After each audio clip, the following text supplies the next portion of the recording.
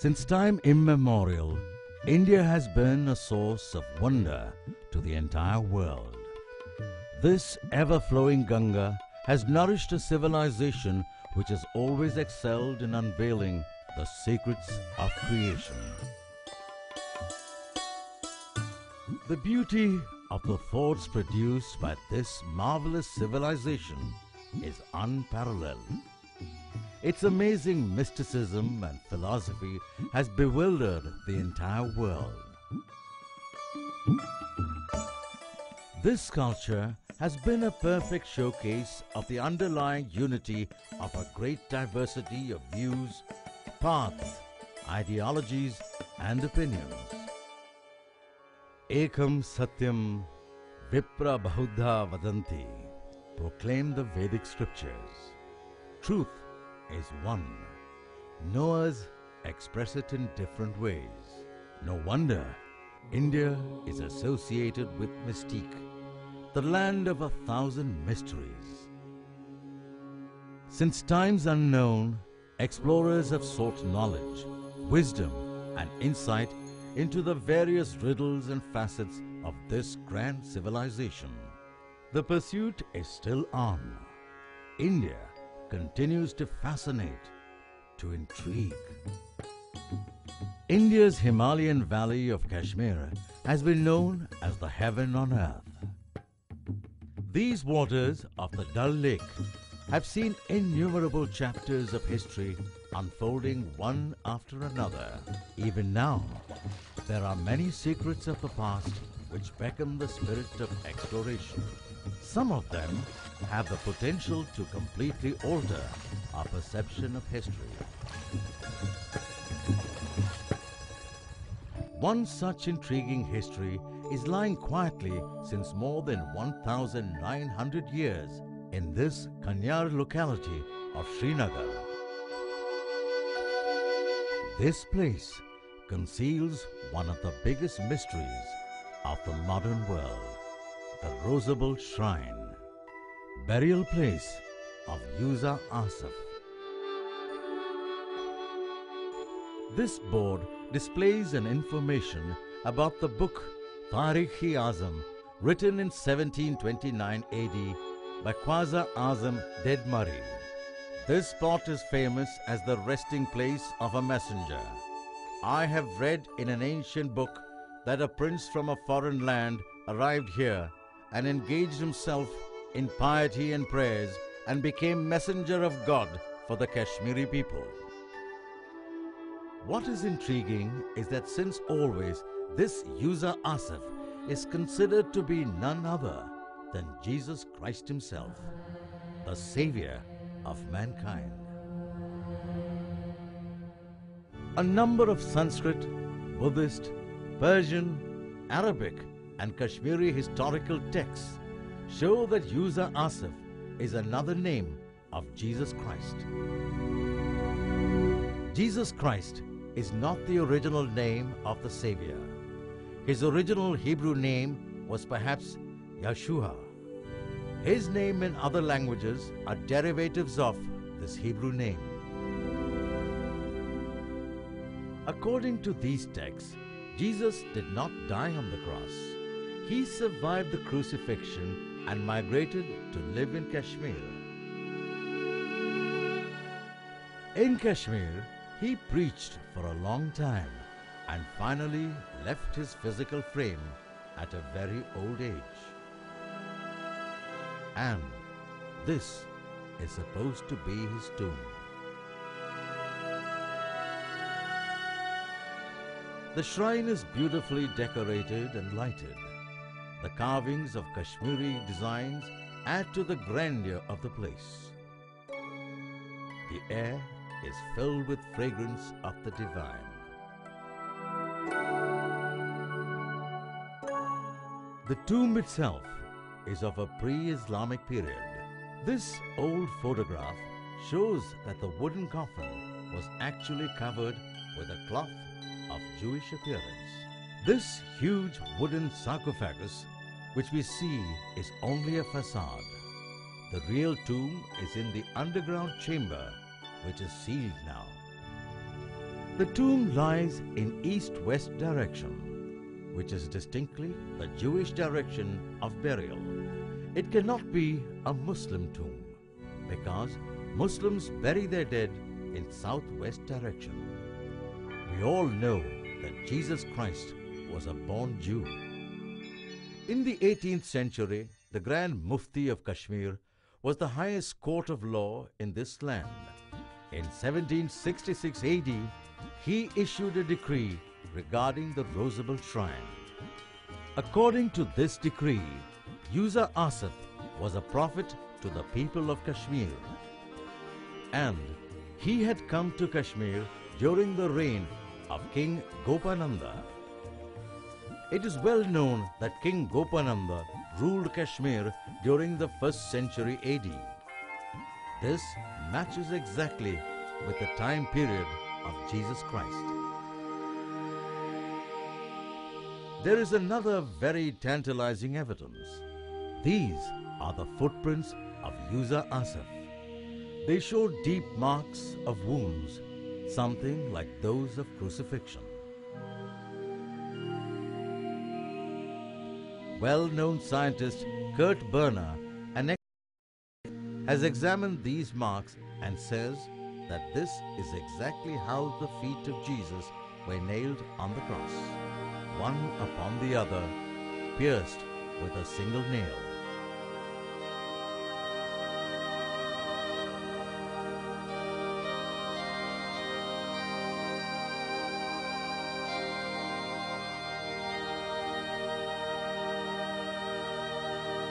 There's no doubt in my mind that Jesus and User Asif are exactly the same person.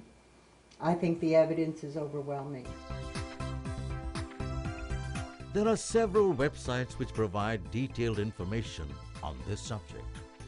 They contain a wide range of information on every aspect of the life of Christ in India.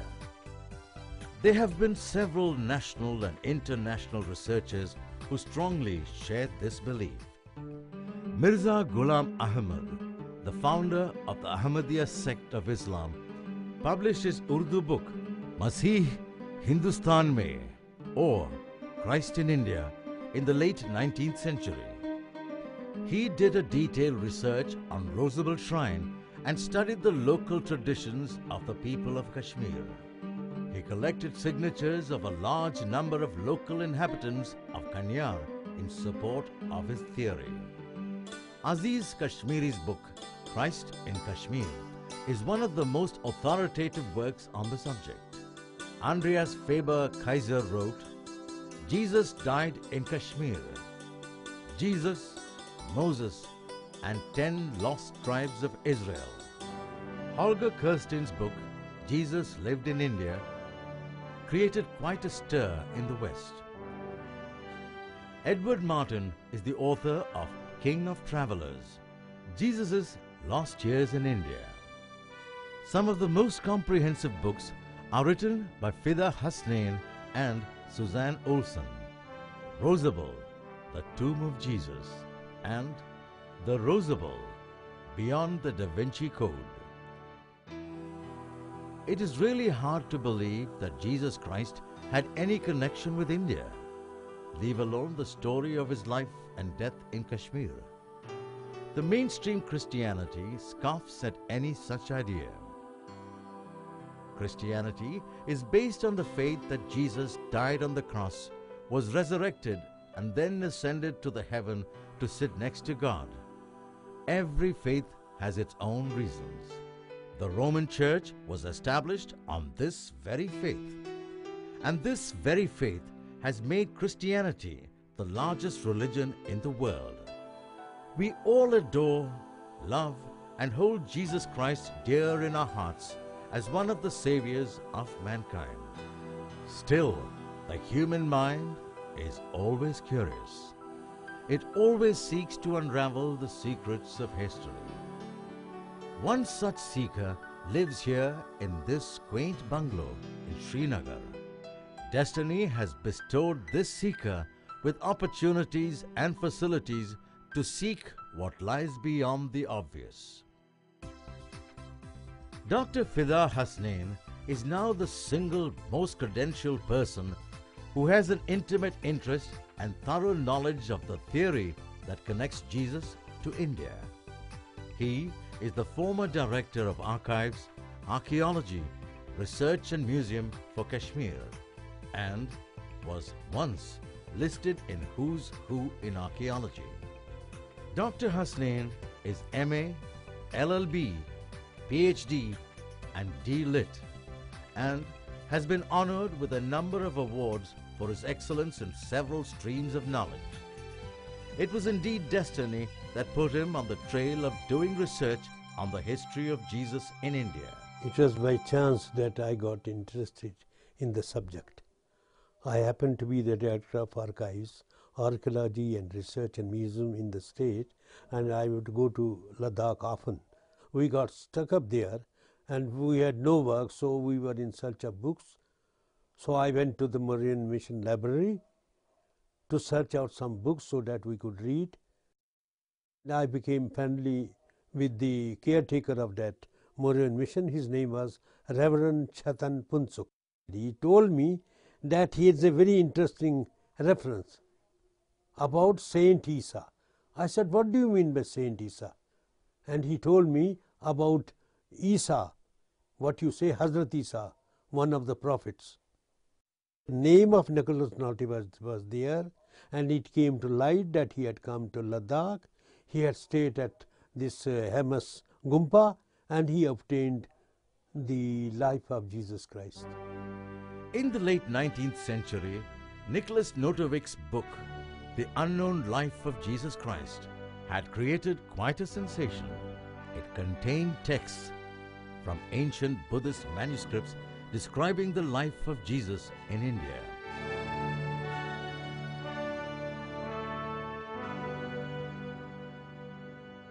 In 1887, Nicholas Notovich was traveling on horseback in the Ladakh region. During the journey, he happened to visit an ancient Buddhist monastery near Leh. In these beautiful surroundings is situated the magnificent monastery of Hemis. These monasteries have stood tall since hundreds of years, braving the vagaries of time.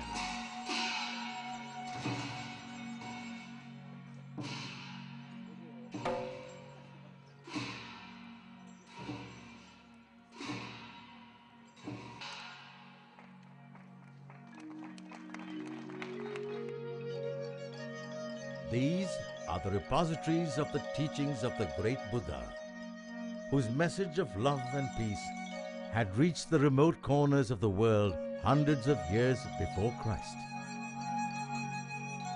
Away from the glamour and pollution of modernity, these monasteries maintain their possessions and way of life intact. Generations keep changing, but the acquisitions remain unchanged and uncorrupted. Nicholas Notovich stayed in this monastery for some days. During his stay, he befriended a Lama. The Lama shared some astonishing things with him. He showed him ancient scrolls which mention the story of Jesus in India. There are hundreds and thousands of ancient manuscripts in these archives. They contain discourses of the teachings of Buddha and great Buddhist monks of yore. Many of these manuscripts have come from other Tibetan monasteries and ancient universities like Nalanda of Magadha.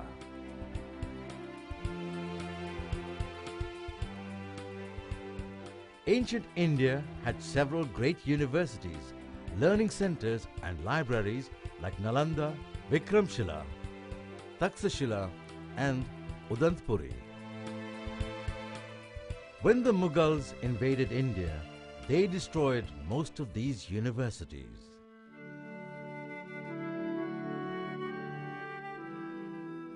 When the attacks were taking place, many Buddhist monks escaped to Tibet carrying loads of manuscripts and books with them. The Hemis manuscript which Notovich saw was perhaps one of such documents, which reached the Patola Palace in Lhasa. The original Pali version is still supposed to be there. What is in Hemis is a Tibetan translation of the original Pali text. These documents have been seen not only by Notovich but by many others. A disciple of Ramakrishna Paramhans, Swami Abhedananda, went to cross-check Notovich's discovery and published the text in his own book, Journey into Kashmir and Tibet. Many other explorers have also seen these documents. These scrolls also reveal the story of Jesus Christ between the age of 13 and 28 years. It is surprising that the Holy Bible contains no story of Jesus during this period. The scripture is completely silent about these years of Christ, but the scrolls of Hemis reveal all.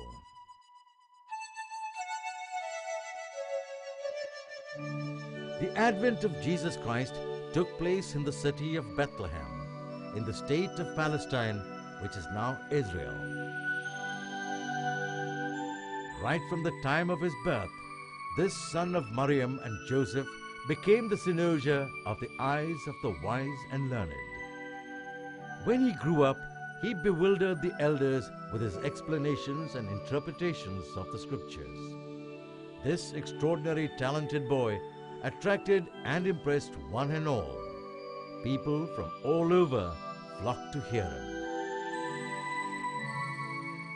The Hemis manuscripts tell us that around the age of 13, boy Jesus left his home and traveled to the east.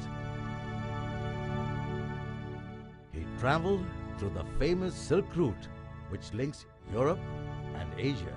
Then he arrived in India.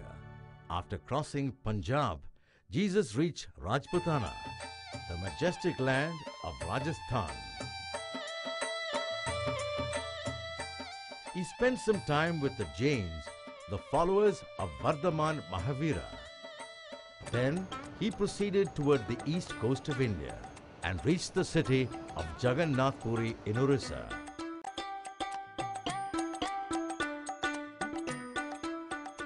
This town houses the ancient temple of Lord Jagannath. Lord Krishna is known as Jagannath here. Puri has been an ancient seat of Vedic culture and studies. This magnificent temple has been in existence hundreds of years before the birth of Christ. Even today, millions of devotees throng the temple, which is highly revered in the entire region. The Hemis manuscript discovered by Nicholas Notovich refers to Jesus as Isa. The scrolls reveal that young Isa studied Vedas in this city of Puri. He also learned to cure by aid and prayers and mastered many other spiritual techniques. Not only did Isa master the Vedic scriptures, he also started preaching their real meaning to the masses. Initially, the priests of Puri welcomed him, but later they grew jealous and started creating troubles. Isa was compelled to leave Jagannath Puri. He then moved to Rajgriha, the ancient capital of Magad. Lord Buddha had lived and preached here for a very long time. In those times, India's Magad Empire was the most advanced and happening place in the world. Magad had some of the best schools of learning. Young Isa is supposed to have attended some esoteric school in this kingdom. He started becoming familiar with the teachings of Lord Buddha. After Rajgriha, Jesus lived in the holy city of Varanasi for a few years. On the banks of Ganga, this city was known as Kashi during those times. Here, Isa studied holy scriptures and other sciences under a guru whose name is said to be Udraka. After some time, he left the city. According to Hemis manuscripts, Jesus came to Ladakh after traveling through Nepal, Tibet, and other parts of the Himalayas. He was a great traveler. In fact, some scholars refer to him as the king of travelers. He spent some time in the Buddhist monasteries of the Himalayas and then returned to his homeland. Jesus Christ, as a young man, came to India and he visited various places. He went to Kathmandu. He got influence with Vedanta and philosophy as well as with Buddhism. And naturally, he learned from Buddhism non-violence, brotherhood, peace, certain principles of coexistence. And naturally, when he started his ministry in Palestine, he taught the same principles which are enshrined in Buddhist canon: right thinking, right thought, right action, non-violence, compassion, brotherhood, peace. There is nothing written in the Bible about the activities of Jesus between the age of 13 to 28. He suddenly appears in Judea at the age of 29. He started preaching and establishing his ministry from there onwards.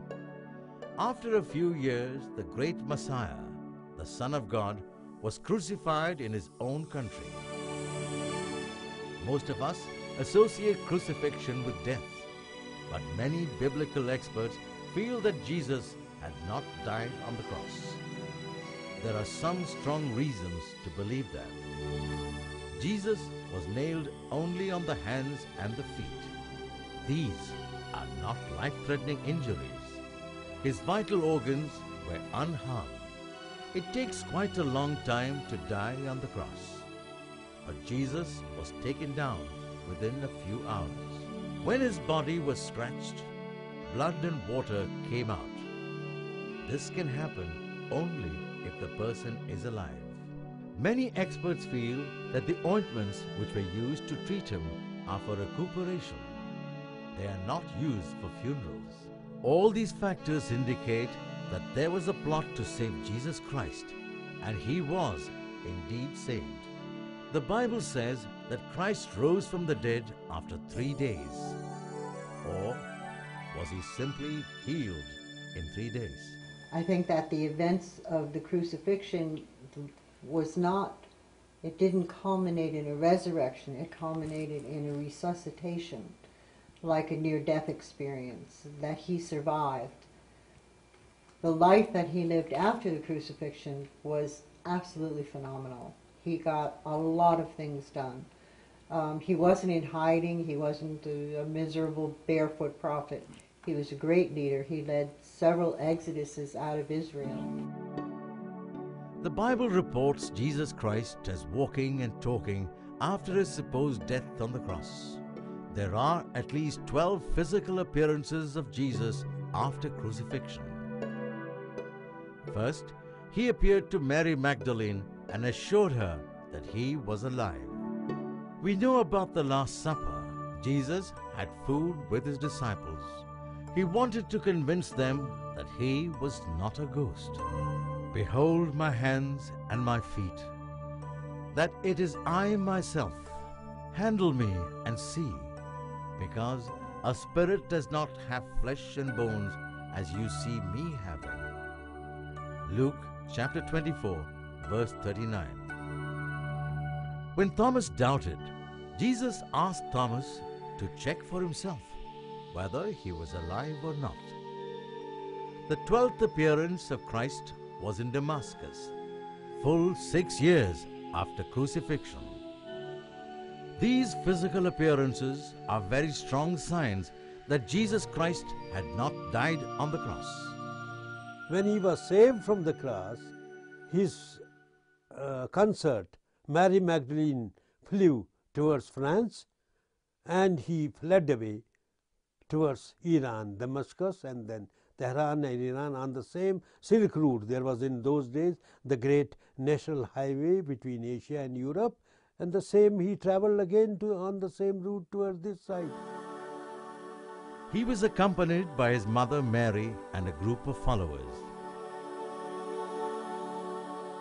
there are two major Persian books of history, Ikmal-ud-Din of 10th century AD and Rawzat-us-Safa of the 15th century.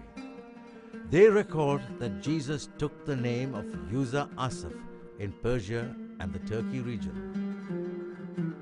A Persian dictionary called Farangi Asafia says that Hazrat Isa was known as Yuzu, and as he cured lepers, he became known as Yuza Asaf, the healer of lepers. So Yuzu Asaf, healer.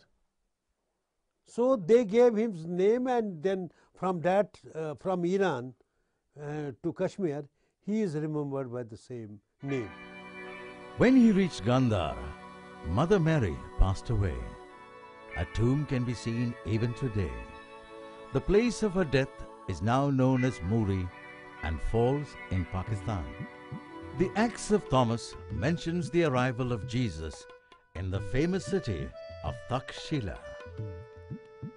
These are the ruins of the famous university which was at Takshila. It was a great center of learning and Buddhist studies. King Gondophares was the ruler when Jesus had visited Takshila. From Takshila, Jesus reached Kashmir.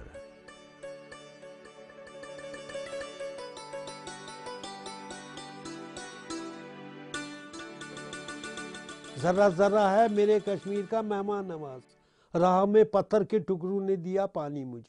Even the stones give water to pilgrims here. Kashmir is a land of, they say rich word, land of riches. The entire Kashmir is indeed a blessing of the divine.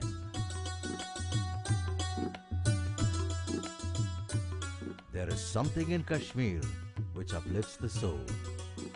After all, there has to be some reason why Jesus Christ chose Kashmir to settle down. One of the reasons of Christ's arrival in Kashmir can be traced here. This is Gutli Bagh, about 50 kilometers from Srinagar.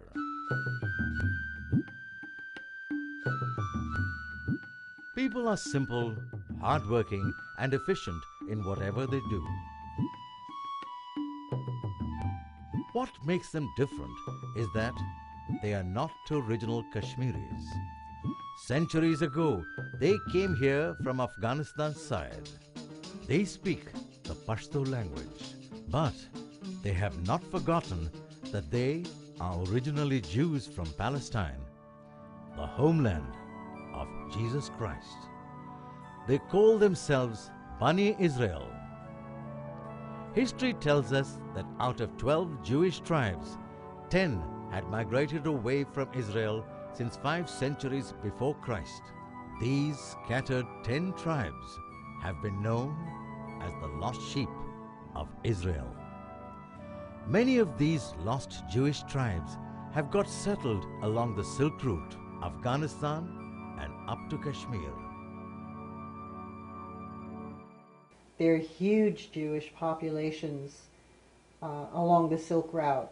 Afghanistan, most of the tribes in Afghanistan, the warlords, the Taliban, the Pashtuns, are all descended from the 12 tribes of Israel, and many are still known by their tribal names, their biblical names. And they wandered and settled across most of Afghanistan and what is now Pakistan, northern India, and Kashmir. Gathering these lost sheep back in his fold was one of the missions of Christ's life. In the Bible, Jesus says, "Go not into the way of Gentiles, and into the city of Samaritans enter ye not, but go rather to the lost sheep of the house of Israel." Scholars suggest that the lost sheep of the house of Israel Jesus was referring to included these Jewish tribes which were settled in the regions adjoining Kashmir.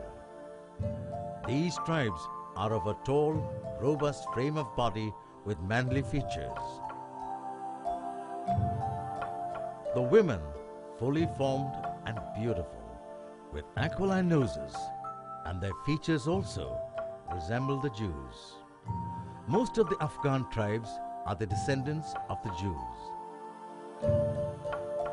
He wanted to seek and save them. Therefore, it is no wonder that he proceeded towards Kashmir. This is the residence of Qutb Alam Badshah, the head Maulavi of Gutlibagh. Today, there is a big gathering to sing glory of the Lord.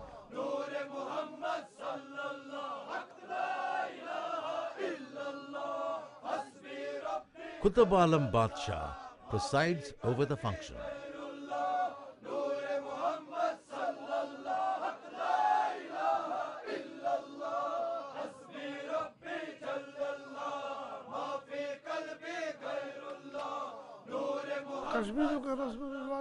The culture and tradition of Kashmiris are different from ours.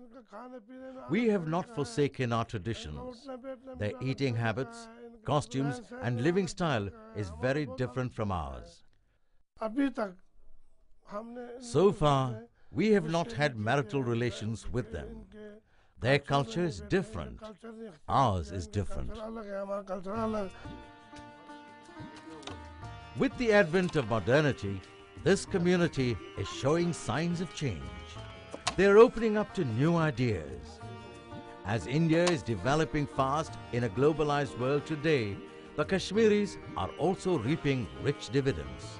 There are several such communities of Bani Israel in Kashmir and India. These people of Jewish descendants have physical features which are strikingly different from other Indian communities. Some genetic studies are also being conducted which indicate the Jewish links. Experts have identified more than 90 tribal or caste names which are common both to Kashmir and Israel. There are a large number of terminologies in Kashmir which might be having Hebrew links. Mr. M.B. Alam lives in his residence at Gutlibagh. He is a scholar of the history of Bani Israel. We are Israelis, connected to Prophet Moses. Prophet Ibrahim had 11 children. Huda was the eldest. We are his descendants. We are Bani Israel. Our living style, food habits, traditions and even language is different from that of Kashmiris. When Jesus came to Kashmir, Buddhism held complete sway in the region. Together with Buddhism was existing the Vedic culture. So, it is but natural that most ancient records of the arrival of Jesus is found in Pali and Sanskrit documents. The greatest evidence we have from Vaishya Mahapuran. Then we have the Chinese documents, glass mirror.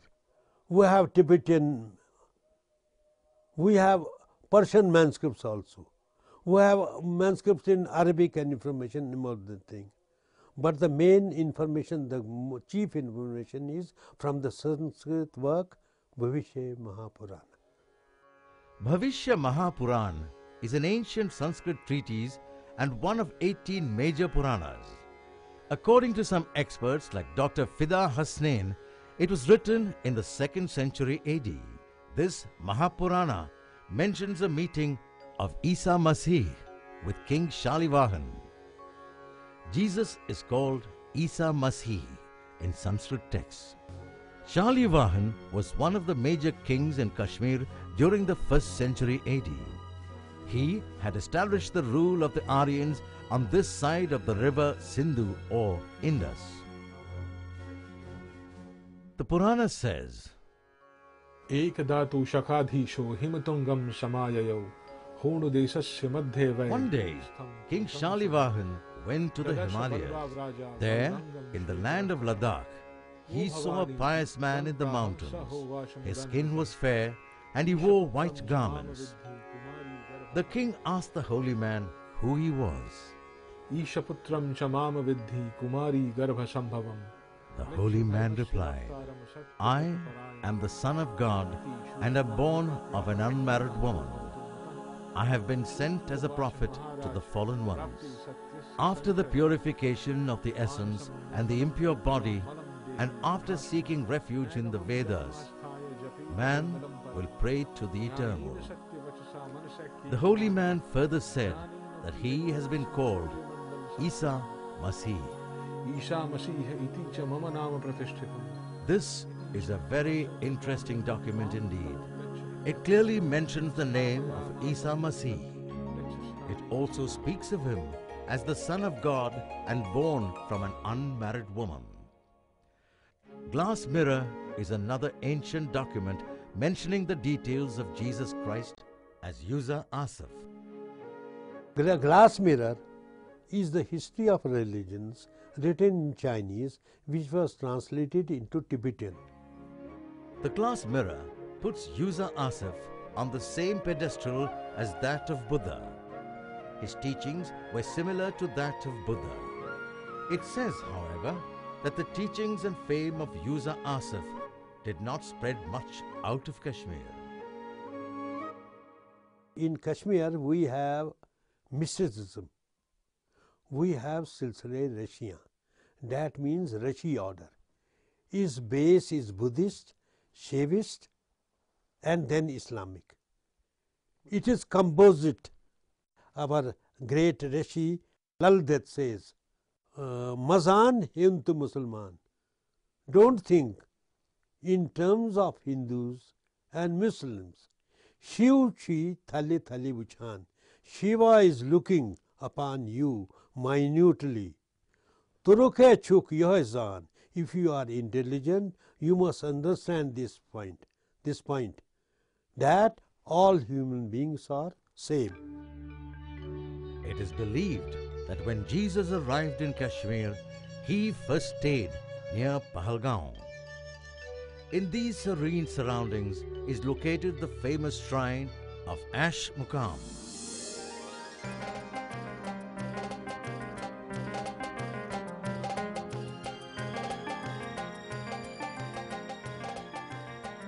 This monument is known as the burial place and shrine of Baba Sheikh Zainuddin Rishi. He was one of the main saints of Kashmir's famous Rishi order. This entire mosque is constructed over a cave in the mountain. The cave has been used by sages, monks and saints since Vedic times. Kashmir's Rishi order starts from the Vedic sages. It was taken forward by the Buddhist monks and continued by the Muslim saints. It is a unique example of composite culture which is the hallmark of Kashmir. Isa, or Jesus, is supposed to have lived in this cave when he first came to Kashmir. Ancient Rishinamas, or the chronicles of the sages, indicate towards this fact.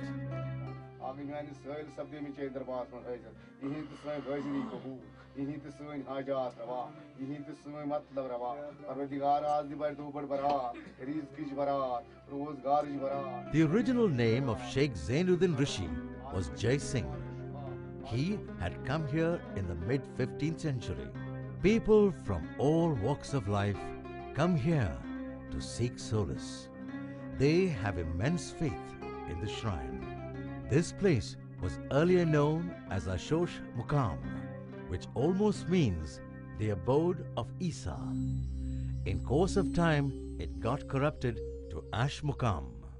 So Ash Muqam is basically a place where Jesus has lived, he has meditated, and that rod is there.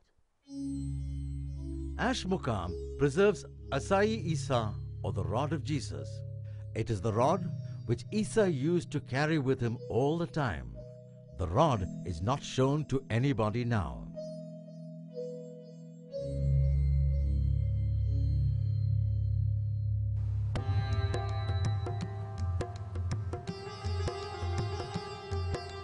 Mullah Naidari compiled his history of Kashmir in 1420 AD. He writes that Yuza Asif came to Kashmir during the reign of King Gopananda in the 1st century AD.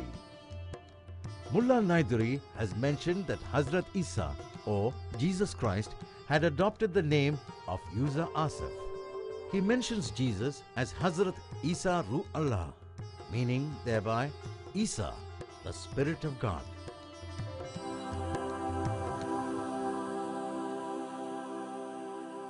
Some archaeological evidences also support the arrival of Jesus in Kashmir.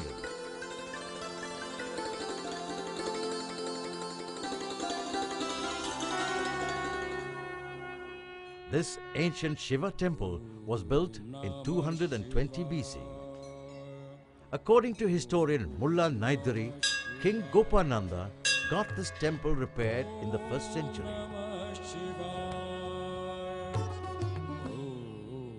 For repairing the temple, Gopananda sought the advice and guidance of Yuza Asif. This fact is supported by other historical documents too. There are 4 pillars around this temple. There were ancient inscriptions on each of these pillars. Now they have been completely erased. But 2 inscriptions were photographed in 1869 by Henry Hardy Cole, the then Superintendent of Archaeological Survey of India. During this period, Yuza Asif proclaimed his prophethood, year 54. He is Yuzu, the prophet of the children of Israel. The mason of this pillar, Razi Hashti Zako, year 54. This pillar in honor of Eli Kim, son of Marjan. The inscriptions mention Kashmiri year 54. This corresponds to 78 AD. Thus, the probable year of the arrival of Yuza Asif, or Jesus Christ in Kashmir, is 78 AD. There is also a possibility of an interesting link between the Jewish culture and Shaivism. This is the Star of David, the most sacred symbol of the Jews. In Vedic culture, this is the symbol of Shiva and Shakti, the conjunction of masculine and feminine forces which gives rise to creation. The Shiva Lingam in Yonipit is a 3D representation of the same symbol. The Shiva temple of the Gopadri hill also houses a Shiva Lingam. The Shiva angle becomes prominent when we find that there is a mention of Isa in the ancient scrolls of the Nath sect of India. It is an extremely old, secretive and mystic sect of Shiva worshippers. Their ancient book, Nath Namavali Sutra, mentions Isa as Isanath. It says that Isanath finally got settled in Kashmir. The 4th inscription on the Shiva temple is very intriguing. This pillar in honor of Eli Kim, son of Marjan. But who was Marjan? Story is that Yusuf married Marjan, a shepherdess from the village of shepherds. Now in Kashmiri we say Pohol Gam. Gam means village, Pohol means shepherd. Traversed by boulder-strewn Lidha River, Pahalgaon is a major center of tourist attraction in Kashmir. Shepherds come from far-off lands bringing along their flocks of sheep.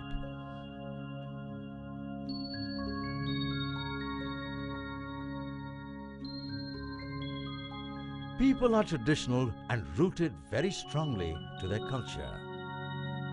According to the Persian history book Nigaristan-e-Kashmir, Yuza Asif married a shepherdess of Pahalgaon. It was King Shalivan who persuaded Yuza Asif, or Isa Masih, to marry. The king had shortlisted some girls from whom Isa selected Marjan of Pahalgaon to be his wife. According to inscriptions on the Shiva temple, Eli Kim, was the name of the son of Marjan and Isa. It seems that there are many aspects of history on which proper research has still not been done. Archaeological investigations lead us to another place called Harwan near Srinagar. Adjacent to Harwan is the ancient archaeological site where the fourth great Buddhist council was held in the 1st century AD. These walls of small boulders and pebbles have preserved history which unfolded more than 1,900 years ago. It is a saga of that time when great Kanishka was the king of this part of the world. In the 1st century AD, he convened a great council of Buddhist monks at this very place. Scholars came down from far-off places like Central Asia, China, Sri Lanka and other parts of India.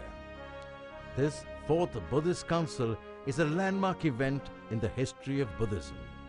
It gave birth to Mahayana Buddhism. Who was the moving force behind the great revival of Buddhism? Such a great insight requires a great personality. Scholars feel that this great personality was none other than Yuza Asif. The strongest evidence for this are the 2 coins released by Kanishka. One coin mentions Buddho or Buddha. The second coin mentions Yuzo or Yuza Asif. It is clear that Kanishka respected and adored Yuza Asif in the same light as Buddha. It is indeed highly fascinating to see one personality of Yuza Asif uniting Christianity, Buddhism, Vedic culture and Islam together. The truth is one. The prophet, sages and saints reveal the same truth in different ways. They are the confluence points of diversity of views. Love to all is their fundamental message. We, the ignorant followers, create conflicts and sects, but the messengers of God preach oneness of truth. The evidences are very strong that Yuza Asif, the prophet buried at Rosabal, and Jesus Christ are the same person. The next step of research should be DNA testing of the tomb. We must use the latest scientific techniques to ascertain the final truth. The DNA is the next important tool that we need to help establish the truth about Rosabal tomb. Whatever may be the ultimate truth, the Rosabal Shrine stands as a great heritage, not only of India, but of entire mankind. It must be preserved properly and should be open to all. This shrine, which is revered by Christians, by Hindus, by Muslims, by Jews, it is a national heritage and it should be taken over by UNESCO. It should be taken over by Government of India. It should be looked after by the Archaeological Survey of India. I think it is the responsibility of India and the government of Kashmir to step up to the plate, to take Rosabal, to protect it and restore it, and to preserve it for all future generations. In the city of Patna, there is the Khuda Bakhsh Oriental Public Library. It houses a large number of ancient books and documents. There is an old book in Urdu in the library by the name of Kissa Shehzada Yusa Asif Wo Hakim Balahar, the story of Prince Yusa Asif and Hakim Balahar. It describes the moment of death of Yusa Asif in Kashmir. Yusa Asif called one of his disciples Ya Bodh and instructed him to build a tomb at the very place of his death. Then the great Savior, delivered his last sermon. Now, at this last moment, my spirit is ready to fly towards the Holy One. It is necessary for all of you to follow the commandments of God. None should go towards the untruth, leaving the truth.